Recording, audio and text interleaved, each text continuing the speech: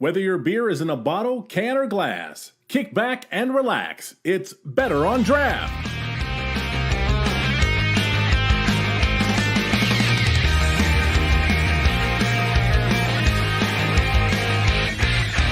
So for this one, I have a coconut brown by Black Rocks Brewing out of Marquette, Michigan. But since I only had one coffee today, I'm also have a hard coffee by Pabst Blue Ribbon. Great minds must think alike, because I too am drinking a PBR hard coffee. Mine is the salted caramel. Oh, And I'm washing it down with Tallboy of the PBR. So yeah, awesome, guys. Thanks for having me. Adam Powers. I'm the brand manager for the Heritage brands, which excuse me, which include Old Style, Stroh's, and Stag. Those are the three brands I'm on. And I'm drinking, since I'm in the state of Texas, since that's where our headquarters is, a Lone Star long neck, Lone Star Light, actually, because a lot of people don't know about Lone Star Light. And then, of course, I have the backup of the Tallboy PBR. I was trying to get a Stroh's down here, but could not get it down here in time for the episode. But yeah, definitely. I mean, this brand goes back, decades and decades, with Bernard Stroh. But I would go back to like 2016. Pabst did do a rebrand of the product, and we actually went back to a logo that they were using that was in the 1960s and 70s, and that's that like script looking logo, and the line is on top. So we went back to that in 2016, and if people remember the can, it was, that's it. So. And we went back to this like yellow. Oh, it's not even open. That's awesome, man. That's great. But yeah, so we went back to that can in 2016, and that lasted 16, 17, 18. And then in 2019, we ended up going to this blue, like not retro can, but I cleaned it up and actually tried to premiumize the brand a little bit more. We kind of felt the people on the internet saying, they didn't like it, whatnot, but it is what it is. So I took over the brand in about a year ago. And, looking at a bunch of things that are happening in the world and whatnot. And it's like, what about just going back to a throwback? So this year, as of last month, we went back to the 1987 packaging, which is the family crest. And it does have the date of not when he actually started brewing, but the date when he actually back in his home country, he started brewing. So it's more like a basically a pay homage to, when they started brewing the Stroh family in 1775. I do get a lot of questions, like he actually started brewing, in Detroit, way later than that. But, it's like, we kind of wanted to pay homage to, the whole family and what Stroh's is. So that's kind of what's happened over since 2016. We did brew in Detroit for a small bit of time, but that was the Bohemian Lager. So that was the only beers that was coming out of Brew Detroit. The Stroh's, the regular Stroh's, is still contract brewed through Miller. So that's kind of what happened in the last, probably say, 8 to 10 years there. So for those of you listening to the podcast as well as listening live, you may have realized I was on mute. Because I'm very, very good at this, trying to manage the mute button on Streamlabs, the mute button on Zoom, and the mute button on my microphone. Thank you so much to our webmaster, Bill Carney, who mentioned it in the chat. So I will kind of go over real quick. I'm drinking PBR, and I will have to do some post audio editing for sure. But the question that Adam answered, which is what I kind of asked them, which was to give me a rundown of the last kind of decade or so of Pabst Brewing and its beer Stroh's, and how it was being brewed by Stroh's, brewed by Pabst, brewed by Brew Detroit, and then back to Stroh's itself. Now that everybody is caught up, I guess my next question, and maybe this might be a little bit more in your wheelhouse too, with the large distribution footprint that Pabst does have, why are certain beers like Old Style, Natty Boat not necessarily distributed across the entire country? That's a good question. I mean, we have 90 some brands in our portfolio technically that we actually own, but probably only 30-ish are active, So, we got to look at like, hey, what's the demand for these products and where's the demand at? That's really what it comes down to. We do have some cases where, you can get Lone Star all the way up in, Chicago, but it's very, very limited cases, but when it comes to like Natty Boh, that brand, it's very small. People don't understand how small that it's like only 300,000 cases a year. So it's basically just kept in Baltimore. Very, very, don't really get outside of that area. It's just hard to make, enough beer to actually kind of like supply all that. And it comes down to demand, really. I mean, that's the simple answer for all these brands, and you look at like Old Milwaukee, we own that as well. And that's a nationwide beer. People don't even really know that we own that. And even Colt 45, we actually own that as well. So, but when it comes to regional, it's really just like keeping them at their home base, giving the love there and putting in some, marketing dollars and whatnot into the hometown area, or maybe home spiritual area, like Old Style. Since that everyone thinks it's a Chicago brand, but it is actually a Wisconsin beer. That's gonna be something I learned just now is that it's not a Chicago beer. Tito, take it away. Yeah, one quick question, with the size of what Pabst is, and since we're currently in what they quote unquote call an endemic, what has changed with Pabst since the start of the pandemic? Well, I think if you look at what Pabst as a company was doing in 2019, we had, the whiskey, we had the seltzers, we had the coffee, we had every innovation thing we could possibly throw at the dartboard, out. We had the innovation brewery in Wisconsin that were putting out, craft beer they can only get in the tap room itself. So I think once, we kind of like did that whole trial and error type thing, it was like, okay, what stuck and what didn't, and how do we kind of like go back to like square one? We're a beer company. We're not a seltzer company. We're not a coffee company. We've been a beer company for a very long time. So I think you can see we have some new leadership that came in, and we're kind of getting back to basics now. I think a lot of companies are like, hey, it's like, how long is the seltzer craze going to last? How long is the RTD thing going to kick off, or does it kick off, or whatnot, So I think for us, it's just get back to basics. And that's why, like, you can see the Strohs coming back, like, hey, it's a beautiful beer. Let's go back to a retro can, throw it back. And the love we've gotten in Detroit so far has been awesome. We also brought it back for the first time in 2 decades on draft, and people are really digging it. And to see it, tap in on their local area. I mean, I run all the Instagram handles, and it's fun to see people just love the product. They're just so stoked that it's back to the original, or not really original logo, but back to, something they recognize. You kind of nailed my next question I was going to ask you, was about seltzers and RTDs, but since you've already commented on that and basically planted your flag on that particular subject, I'll pass it on over to Wendy. Well, I have one thing to talk about. Oh, go right ahead. The seltzers and RTDs, because living in Texas, there's, when I got here, everyone's kept talking about ranch waters. And I was like, what is ranch water? It sounds like, being from the Midwest, it's like you're putting ranch dressing in water. Like, I'm not sure what's happening, So I was like, what is this? And then all these bars had it. And then all of a sudden I started seeing in cans. And I'm just like, it's unreal how fast that has gone across the country, that brand. Yeah. And all the different flavors of it or whatever. My only thing about when it comes to like, I used to run a bar in Chicago.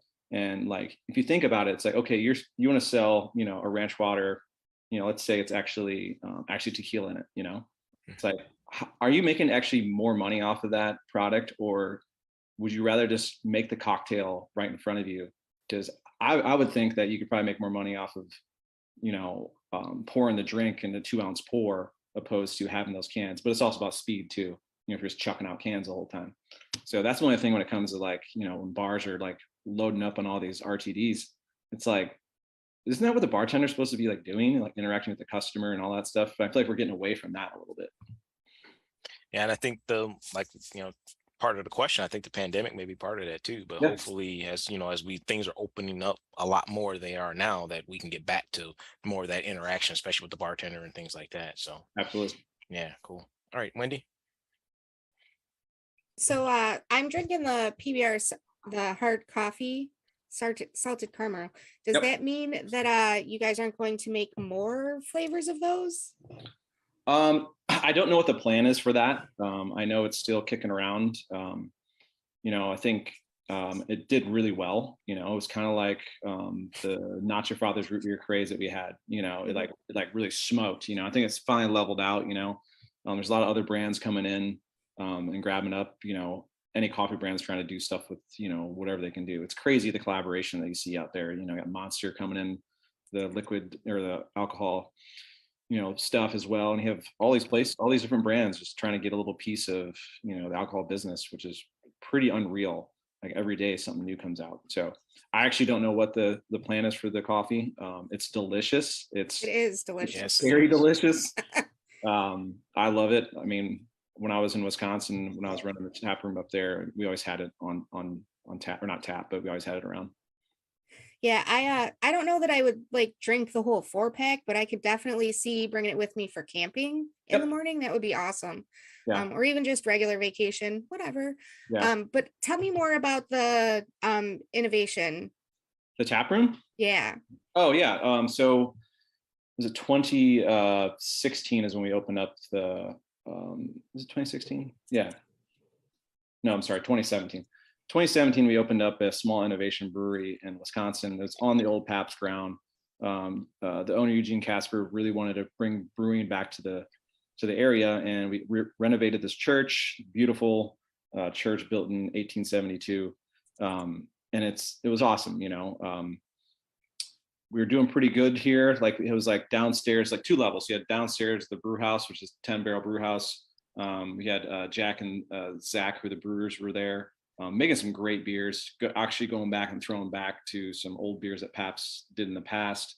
And then the second level was a concert hall, not restaurant, but it had, cheese curds and your brats and stuff like that in the tap room. It was a beautiful space. And, we all know what happened, and, COVID hit, and we're sitting around twiddling our thumbs. Like, what do we do with this space? And the biggest thing is like, we didn't want to close it, but it ended up just coming down to like, hey, how long are we going to hold on? How long is this going to last, really?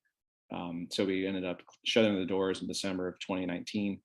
And I was like, oh man, I'm out of a job. What am I going to do? But I ended up jumping on the Lone Star brand team. That's why I moved down to Texas. And I was on that brand for a year, and then took over the Heritage brands just the past year. One of the major brews the Pilot House had was your old Tankardale and ESB. Yep. Why do you think this beer was your number 2 selling beer? And how come the rest of the country doesn't really understand why ESB is such a great style? It's funny. I don't really consider it an ESB. I don't think it's that bitter. Like, I think some people do, but I think it's got more of a caramel malty kind of vibe for me. But it was a good selling beer. We launched that nationwide. It didn't really hit what we wanted to do, so we pulled back and we actually discontinued the SKU. But then we kept brewing it in the tap room. We brewed it once a year. It was like the McRib of McDonald's. It's like we brewed it once and we put it out there once, and people would come get it. But the funny thing is that was not our second best selling beer in the tap room. Any guesses of what the best selling second one was? No idea. So there's a brand called On Decker. It's actually spelled Ann Decker, but it's an old brand that Pabst had, and it was like the Bud Select, like the cream of the crop of beer. And I tell you what, as soon as we launched that thing, people just loved it. And like we had people coming in, and we didn't package it. It was only you take crawlers home. We had this guy from Michigan. He would come every week, not every week, like once a month, fill up his cooler with crawlers, take them back, come back again, do the same thing. And that almost beat PBR out a couple times in the tap room. And I was like, wow. So I always said we had a rocket ship there, and maybe someday we bring that beer back out, but it'll probably be kept pretty close to probably just Milwaukee at first, or maybe just Wisconsin. Do you think we'll see a rebrand or a reopening of the Pilot House in the future? I don't think it's in the cards. I think we're just going to focus on just doing what we do best, is, you know, selling beer, and just getting back to basics. It was an awesome thing. Like, personally, it was my favorite gig at Pabst. I was the general manager there, and to touch, you know, history and innovation and see the looks on people's faces when they walk through those doors was unreal. It was crazy. It's just like everyone had a story. You know, it's like, my dad worked at Pabst, or, you know, this is the first beer my dad gave me, or whatever it is, you know. And we're starting to like really turn the corner there right before the pandemic hit, and sad to see it go, but I don't think it's in the cards. But I guess you can never say never, right? So Right. So let's go back to that history a little bit. You did have Brew Detroit brew the Bohemian Lager for a little while, and I think a lot of people didn't really differentiate between Stroh's and the Bohemian Lager.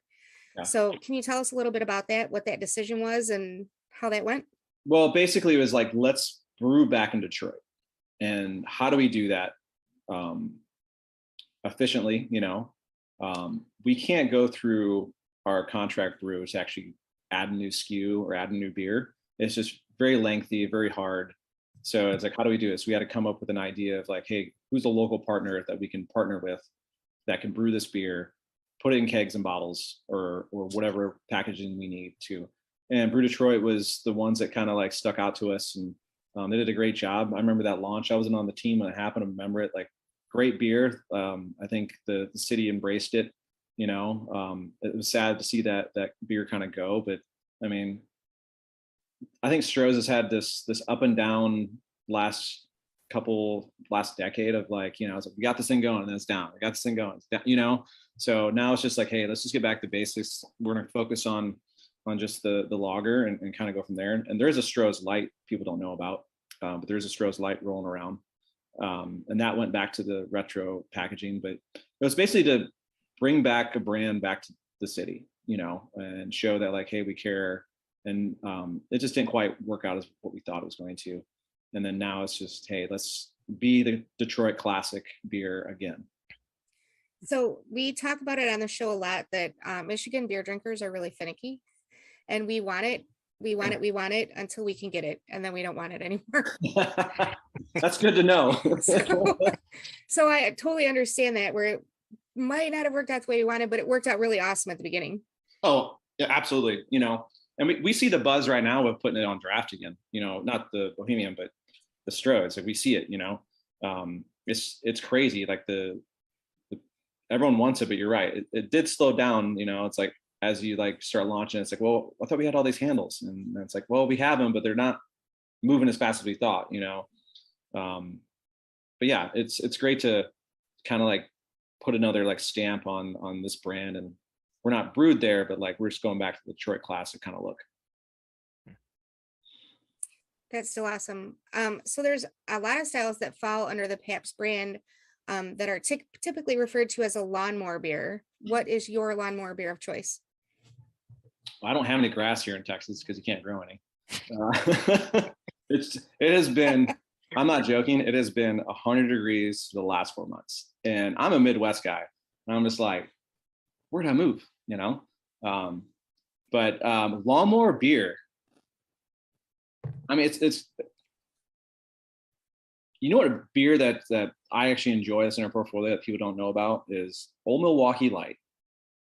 It's a good tasting beer, and you can drink those things all day.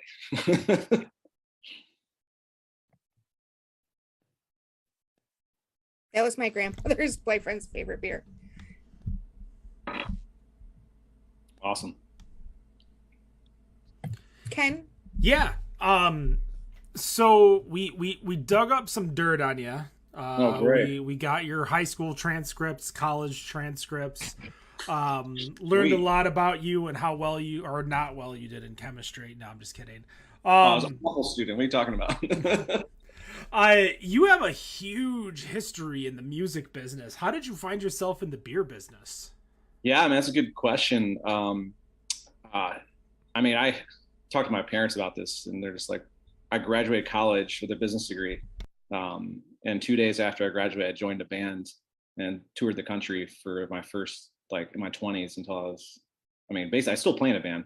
But so basically, what happened is like, my mom was always into like music. I started playing in high school, started playing in college, really fell in love with just like the industry.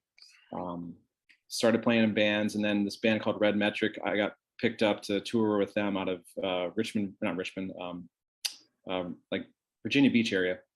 And so I started playing bass for those guys. And then long story short, we broke up, moved to Chicago, and I told myself I was never going to play in a band. So it was like, it's pretty stressful. Like when you start like just traveling in a van and trailer, and it's like, man, it's just a lot. And then I started this band, a friend called Fire, with my good friend, John Allegretto. And I was always just trying to get back in the industry, really wanted to work for Live Nation House of Blues, ended up going back to grad school and got my grad degree in entertainment business. Worked at House of Blues, Live Nation for about 6 years. And then I was like a contract employee. So we ended up like whatever the program I was on, they ended up cutting the program. And there was this small venue called the Elbow Room in Chicago. It's like holds like 200 people. And I was like booking shows there on the side, just kind of like helping them out. And the guy who's the talent buyer like left, and he's like, hey man, like I'm leaving, and there's only one other person that I think can take this over this, and it's you. And I was like, really? And I was like, okay. I was like, well, I just got kind of fired. So this actually works perfect. I know where my next paycheck was coming from. So then I started working at this small venue called the Elbow Room. And I booked every band. It was like 7 nights a week of music, 3 to 4 bands a night. It was a lot of fun, but like so many emails, a little stressful. But I knew the PBR guys from doing like sponsorships and stuff like that, and became really, really close. And found out the Chicago rep was actually leaving the company, and they're like, hey, like, would you apply? And I was like, well, I don't know what the gig is. He's like, dude, you're basically doing it at this club. I'm like, all you have to do is like the same thing. You just got to do it at different places. He's like, well, I can do that, So it's kind of like fell right into there. And I mean, the rest is kind of history. Ran Chicago for a couple of years, then I ran 8 states for Pabst for field marketing. And then with my background in music and running like a venue, they're looking for somebody to run the Pilot House in Milwaukee. Like, you want to do it? And I was like, sure. And I was like, day one, they just like gave me the keys, and there's like, all right, here you go. And I was like, okay, let's go. I did that for 3 years. And like I was saying earlier, it's like definitely my favorite job, like at Pabst, is like running that place, because it was like my little baby. I can kind of like mold it into what I wanted it to do. We had some great beers coming out of there. A lot of them never even saw like the light of day. Like we were doing sours. We had this Mexican lager that was awesome. We had stouts. We had gozes. There's this one beer, tastes like a Tootsie Roll, but it's called the Name Day. And we brewed it for like our anniversary. And it tastes like, we're trying to like, instead of do like a cake, we're like, hey, let's do a beer that's like a cake. So we came up with this like chocolate ale, and it wasn't very thick, but it was so good. And we had people like, every year we brewed it, people would come back and like try to grab it up, fly in or whatnot. So it's sad, but we were getting to that point of really like turning the corner of getting people to know that Pabst is doing some innovation stuff outside of the beers we have, and it was really fun too, and people kind of started resonating that. And then also like being able to brew some smaller brands, or not smaller brands, but old brands that we had, like Red, White, and Blue, On Decker. We have Schlitz Erlanger we brewed right at the end of the stint there. So there was a lot of beers we try to bring back just because we could. It was pretty fun. Talking about the Pilot House, you kind of mentioned that it's not really in the cards anymore. Is there another Pabst tap room out there, or a satellite house that they own at all? No, we don't own anything currently. I would say like your best bet is, I got really close with the people at the Best Place, which is on the old Pabst grounds. They have a tap room. They do, it's all our products, but it's actually Pabst's old like headquarters, like way back, like in like 1800s, but yeah, it was a pretty cool spot. They do like brewery tours, but there's not a brewery there. They just do like a kind of a walking tour like around the grounds. It's a cool spot.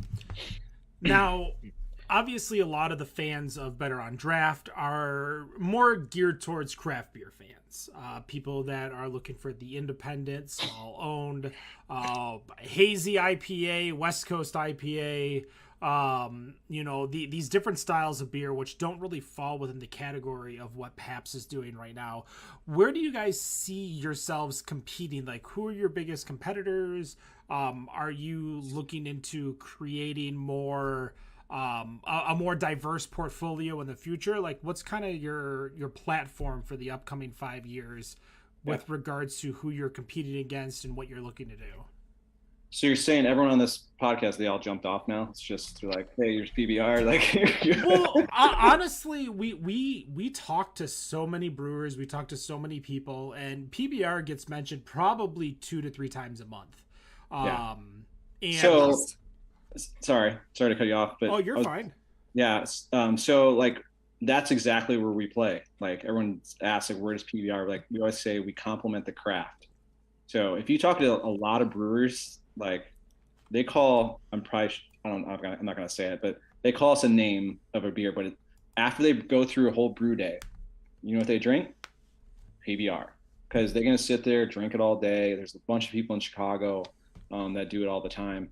So it's just like, it's the complement your craft. We fit in there when you're not drinking your hazy or whatever, you know what I mean?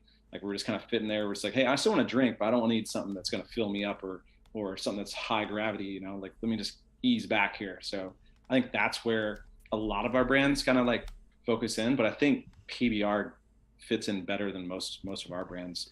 It just has that like the camaraderie, I feel, you know. That's PBR specific, but you guys aren't really harnessing just PBR, Old Milwaukee, Natty. Like you've got, as Tito has, your cold brew coffee flavored beer. There's a Natty Bow Shandy. There's a old style Oktoberfest. Like there are alternative styles of the brand.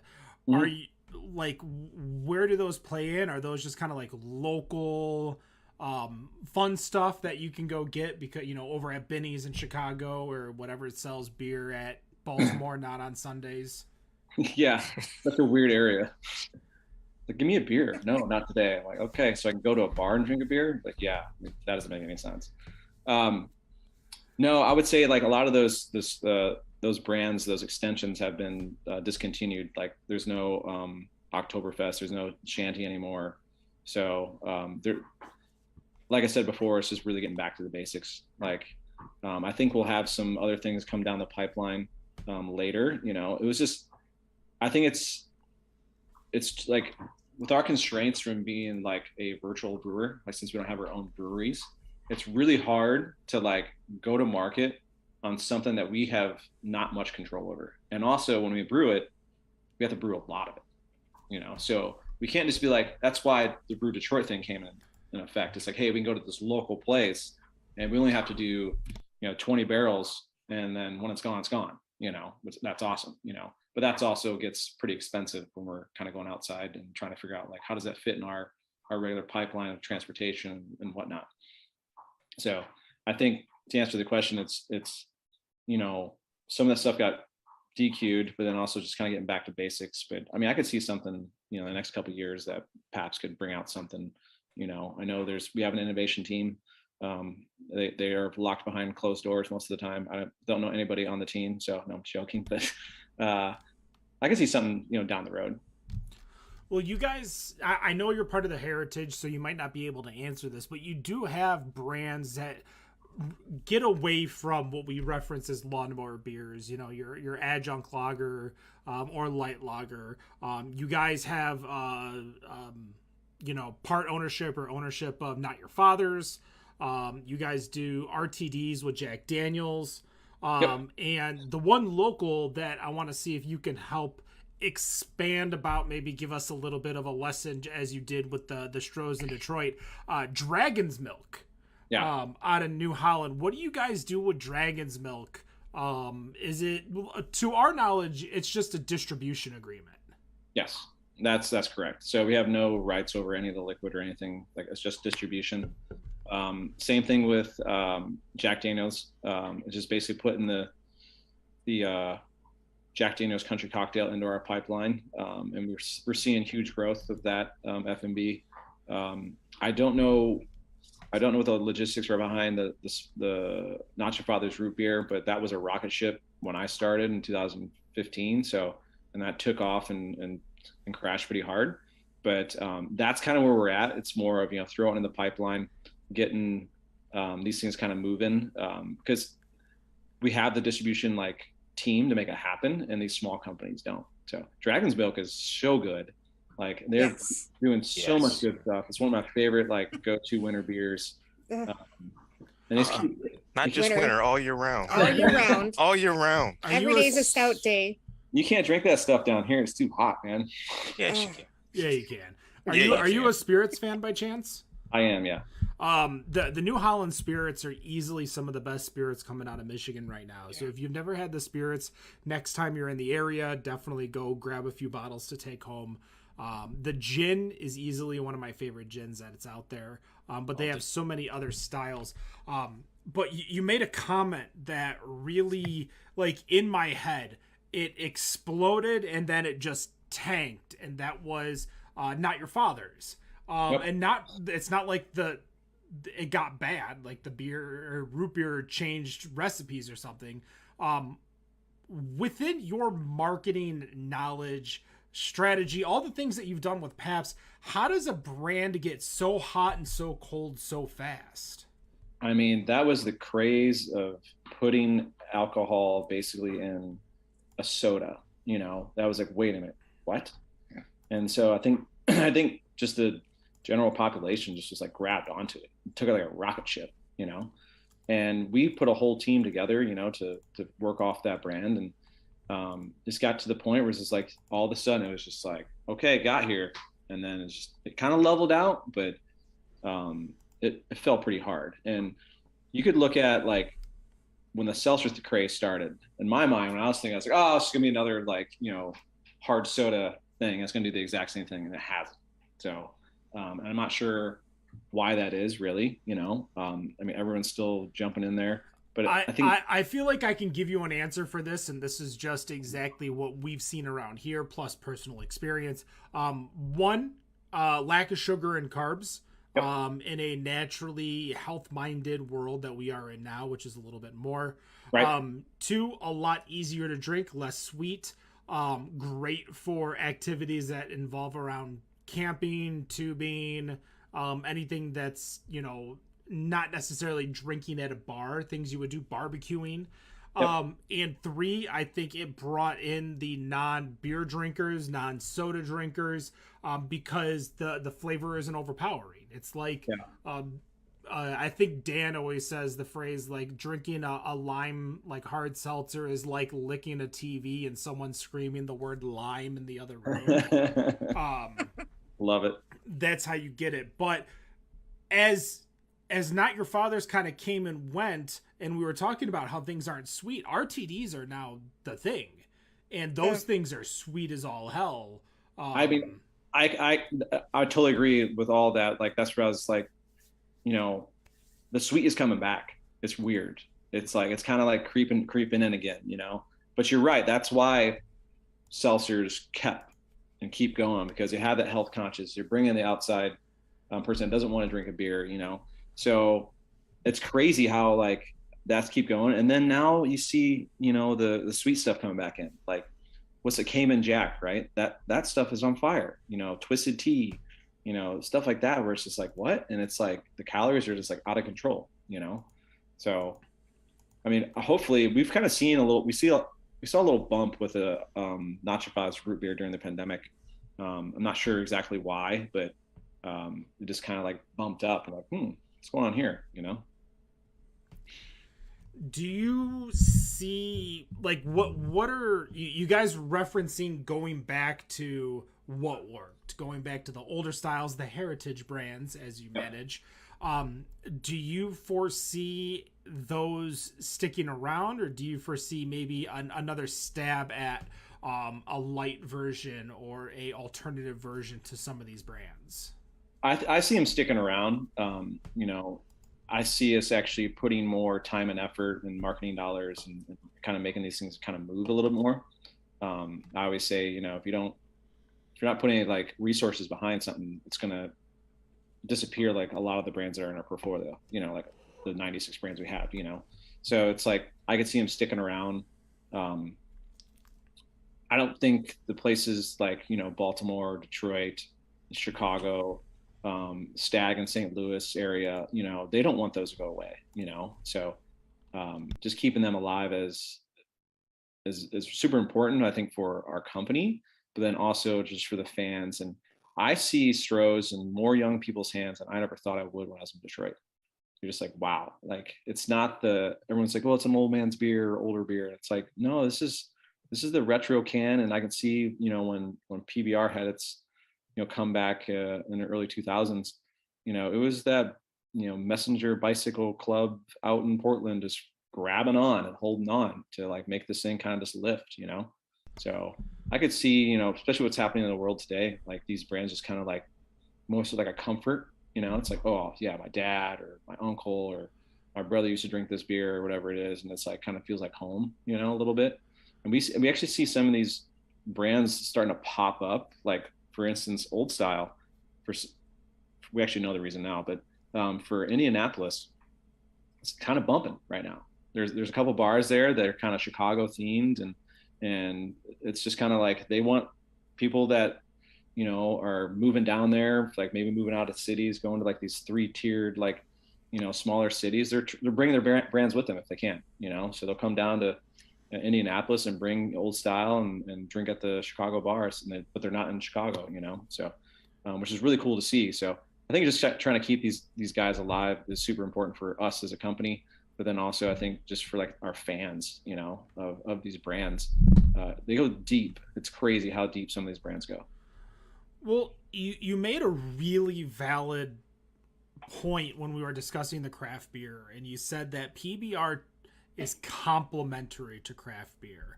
Yeah. And when we say PBR, we mean the Royal Pabst brand. So we're talking Old Style, PBR, Yeah. Stroh's, Natty Boh. Yeah. But for some reason, this is the beer that our grandparents had, which then our parents had because our grandparents had, which then we had because our parents had, and then our kids will have because we had. Yeah. It's you guys are on a different level than your Bud Miller Coors, and it's a weird feeling because it's you know, American adjunct lager. You would think it would fit into that category, but these brands really step aside to your Budweiser. And I feel like that's why, as you said, the younger crowd is really getting into that brand. Is one, everyone loves retro, like everyone loves getting to that. Totally. But two, I think that it is a style of beer that's cost effective, but also again familiar with everyone. It's always in everyone's lexicon. It's always in social media, in media. I mean, when I think PBR, I think of Gran Torino. Like, it's just the first thing I think of. Do you, is that kind of what Pabst relies on, or what's your marketing strategy? I mean, for the heritage brands I have is, so your brands. I know you're not on Pabst. Yeah. I'm sorry, I keep bringing Pabst. We're all drinking No, Pabst. it's fine. It's like, I mean, those guys, I mean, they have a whole team of guys who work on that, and they're doing some absolutely brilliant things right now, and I love those guys, and they're just kind of like, I think Pabst in general, like the company, we used to listen to our consumer and just kind of like, hey, you know, like we're not trying to be the next Super Bowl commercial or anything like that. It's like, let's like give the fans what they want, you know, and that just speaks to them. But then like that person talks to somebody, you know what I mean? But I think for the 3 brands I run, so Stag, Stroh's, Old Style, it's connecting these to the cities and places where they resonate. So for Old Style, for instance, like, yes, the beer is brewed in across Wisconsin. It is a Wisconsin beer. Sorry, Chicago people, but it is. But the Cubs, and I don't know if I'm allowed to say that, but the the baseball team in Chicago, North Chicago. yeah, North Chicago, South Chicago too. They actually have it down there quite a bit. But with the love of baseball in this brand on the north side and now also in the south side, it's crazy. Like, it is unreal. So leaning into that, one thing. Also is like, what is also great about Chicago, the Chicago hot dog, no ketchup, but like leaning into that. It's like we did a partnership with Vienna Beef this year. Next year, we're hoping to go a little bigger on it. But it's like really just honing in on like why these brands resonate with these cities, but then connecting like-minded stuff with them. Also, hold on. You got the Jepson Malort. Oh man. For those of you listening to the podcast, you can obviously check out the video, youtube.com/betterondraft. He brought out the Malort. I don't know why that is a thing. Hey, you know what? It happened, and it is absolutely on fire, like absolutely crazy. So like, we just launched the Chicago Handshake passport. So you have to go to 15 bars and get your Chicago Handshake, and you get a collector's coin. Don't do all 15 in one day, please. Please space them out, 2 per day. Anyway, but yeah, like leaning into just stuff like that. You know what I mean? It's like, if it works, don't break it. Like in Detroit, it's like it's interesting because we were affiliated with the soccer team for a while there, and it's like cool. Yeah. So we're still leaning into that, even though we're not affiliated. We still have a partnership with them. The beer's still sold there. But also like, what else does Detroit have to offer to that connects the brand back to that city, and that kind of just like amplifies like what we're doing as a brand. And the same thing with Stag, St. Louis, Southern Illinois. We changed that packaging, and it was not good, and now we're going back to a retro. It's gold can, and people are loving it again.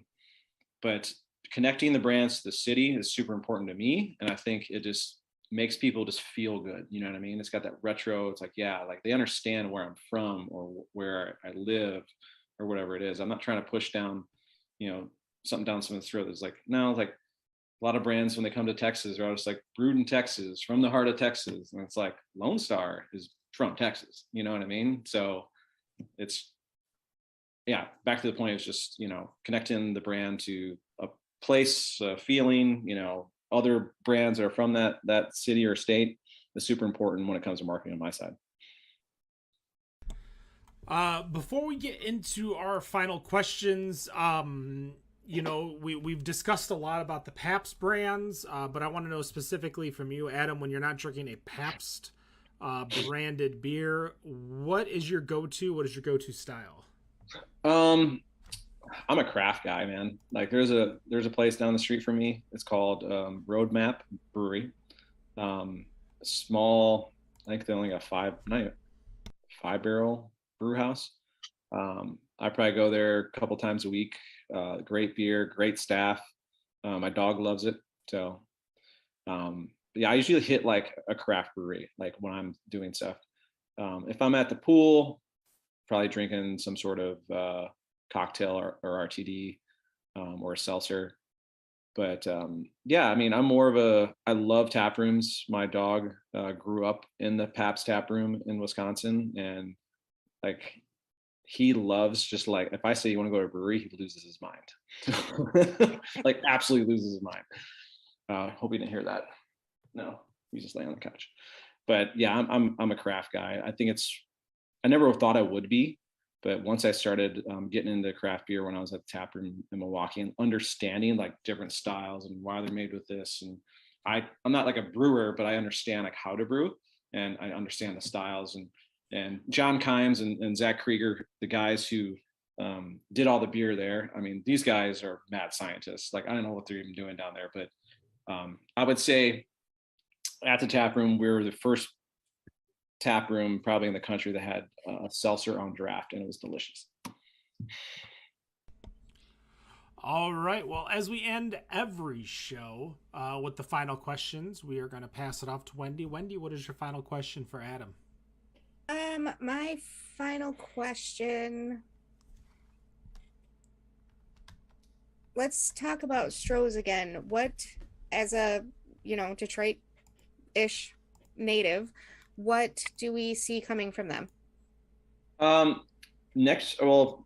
This year, just kind of like doing some activations and parties. We were already in town once doing some stuff. We're going to go back out again in September. So watch for that on our social media, Stroh's Beer, at Stroh's Beer. We also have some retro merch coming out from the packaging. And then I think just going into next year is, you'll see some stuff with soccer themed. And I'm going to give you a little sneak peek, but if you ever hear of Alex the dog, he's coming back.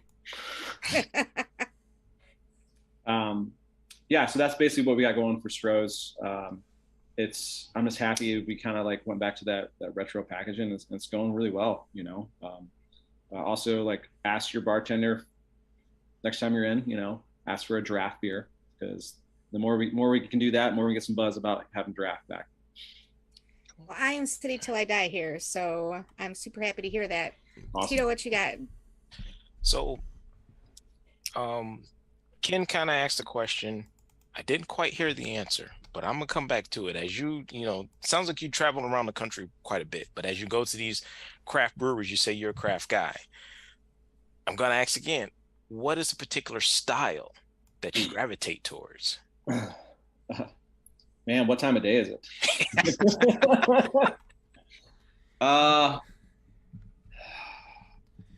It is a Midwestern August. Midwestern August, okay. Oh man, Midwestern August. Like, I'll probably ask if you have the Oktoberfest on draft yet. There you go. If you don't, it's gotta be soon, right? So Yep. I always love how Oktoberfest is September, but it's whatever, It's so crazy how, like, in the tap room, like, of course, as soon as August hits, like, you have Oktoberfest yet? Like, come on, man, it's not quite. It's in the brew kettle, like, we just brewed it yesterday. It's like, give it a couple days. Or I mean, if it's winter, I love a nice stout, or like a smoky stout. Summer, Mexican lager, or like we were doing a bunch of fruited sours, like kettle sours, and they were so good. Yeah, I'm kind of all over the board. If you ask any of my staff when I first got there, I was on a kick of drinking the triple, and it wasn't the smartest thing, but so I did that later at night, Awesome, thanks. Yep. All right, so word to the wise, next time you're in Detroit, head up to the city of Warren. If you do love a Belgian triple, Final Absolution out of Dragon Mead is easily one of the best triples in the world. Awesome. I will stand by that statement every single day of the week. So yeah, Final Absolution, Dragon Mead, which is in Warren, about 15 minutes from Detroit, if that. Just because it's at the north end of the city. My final question, we are going to, I know you're not a PBR guy, but I have to ask this question because PBR went big. You guys, as a brand, Pabst sold a 99 pack giant ass, like, long thing. Yep. And then earlier this year, you unveiled the 1844 pack. Yep. One, is that a real thing? Two, I did the math and it should weigh 1,438 pounds. So part three, did you just put cardboard around a pallet? Wow, that's a lot of questions there. Maybe it should be yes and no's. So. It would be. Yeah, it was a real thing. It happened. Okay. I mean, it was 1844. Yeah. That's how many beers there were. Yeah, 1,438 pounds is the weight. Yeah. I mean, you could buy it for $1,000, I think it was, or $900. But yeah, it was definitely one of those things, like more of a display enhancer. Like, let's get some buzz. It did get picked up by most of the media. And then the year before we did that, it was 1700 type. There was a Yeah, number, yeah. but it was 1700. Yeah. Did anybody buy it? Yeah. and to my knowledge, I don't know actually. Okay. But people definitely bought the 99 pack, man. Like I actually saw, and I keep seeing it the other day. There's two guys. Don't do this, by the way. But there's two guys on a motorcycle, two motorcycles, and they had it like between like them, like riding down the highway. And I was like, oh my god, this is not good. I mean, it's not you probably breaking a law, so you don't have to worry about it. Yeah, not me. But yeah, the 99 pack was great. The only thing is, like, people don't know is we had to build those. Like, that was just the box. So we had to put 99 beers in those, like the distributor or sales rep or whatever. So it turned into a kind of a logistics kind of nightmare when they started going crazy. It's like, well, we only had like 10 of them, you know, like when they're out, they're out. So, but. That is going to do it. You mentioned you manage a lot of the socials. Where can they see your work? Yeah, so Old Style, Stroh's, and Stag, I manage all those. Reach out if you have any questions about any of the brands. I'm on it probably way too much. But yeah, it's super fun. I dig it. If you tag us, I will share it, guaranteed, which is, I think people dig that now. You know, it used to be like all about the photos, and now it's all about the stories, right? So I'm not on TikTok. I don't even have the app on my phone. I kind of am refusing to be on that world. Plus, as a You'll beer get sucked in. yeah, as a beer company, we can't advertise on there because there's no way of really like honing out the underage people, which I totally get. But yeah, just follow us there. Or we also have merchandise on Stroh's beer.com, Stag, and Old Style. We are always putting out some fun things, so keep your eyes out for that. We got the Malort Chicago Handshake merch that launched for Old Style. We got some retro stuff for Stroh's and Stag. So keep an eye out there, and there's always some cool, fun wearables. You might want to relook into TikTok, just because there are plenty of large brands out there like Toppling Goliath. Nevada Brew Works is another one I follow. So there are some alcohol related brands on TikTok that are businesses, like breweries like yours. So Yeah. I don't know what you can do, but maybe there's something new or something changed as things change. Michael Wilcox in the chat wants to know if there's going to be a PBR chai latte. No. No. Not that I know. That's going to do it for the Better on Draft podcast, episode 296. We're almost at 300, folks. We're going to have a huge 300th birthday party, 7th anniversary party. We've been doing this for a long time. If you're interested, email us, betterondraft@gmail.com. We're going to be hosting it out in Oakland County. If you'd like to join us, please feel free to email us. We'd love to have you. That's going to do it. No matter what you think of your beer, we think it's Better on Draft. Have a good night.